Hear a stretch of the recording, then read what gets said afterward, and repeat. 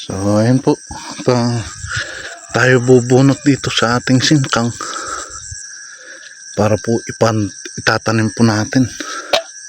Yan, madamo na pati. Ayan, meron po tayong sibuyas dahon. Ayan, sibuyas dahon. At ito yung ating bubunutin na singkang. Itatanim po natin, tatransplant natin. Madami pong itong ating punla. Pinunla na lang po natin dito basta. Sa inyo ba meron ba sa inyo ang ganito, singkang? Nalaki din po ito. Bunot lang para may transplant natin para lumaki. Yun lang. Yun, madamo na pati.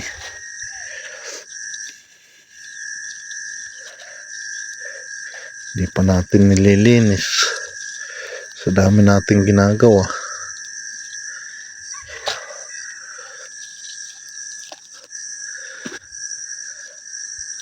Daming ginagawa. So ayan na po yung ating napunot. Natin munang itatanim doon.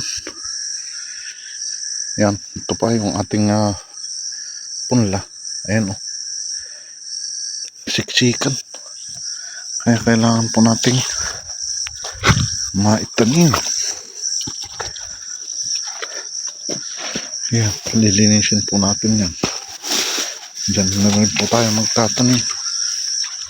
So dito natin pong itatanim dito Ayan, dito po tayo magtatanim. Silihan po natin ang malaki. Wala po, meron po tayong paulam. Pambenta.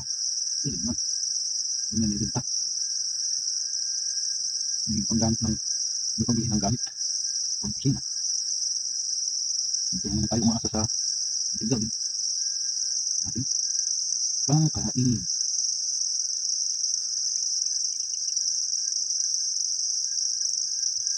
Ito na bulan ng matag. Ay, na.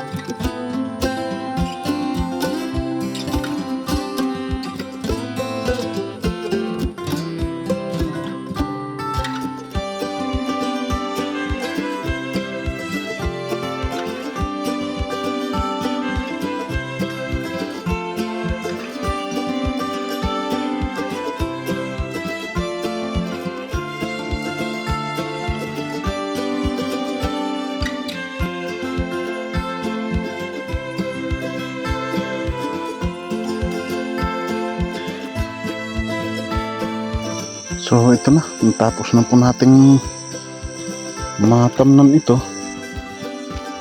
Saka ito,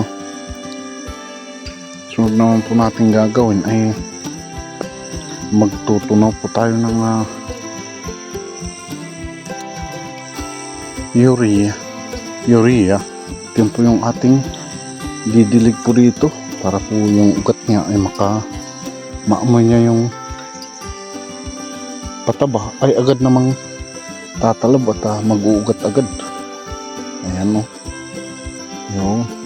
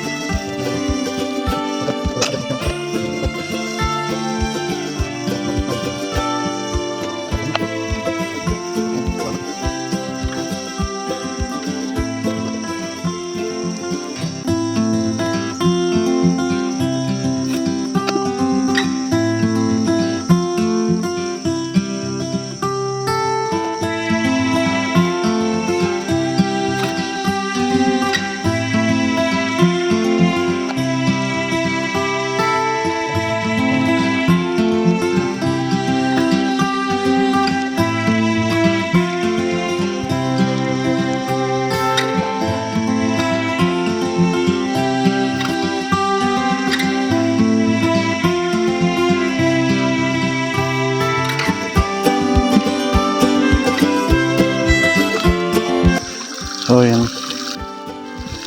Tapos naman itong patabaan. Ilagan ng pataba. Ayan. Hanggang dito. Yan. Ay ating pong binanlawan. Para po hindi po masobrahan. Masisira naman po kapag sobra.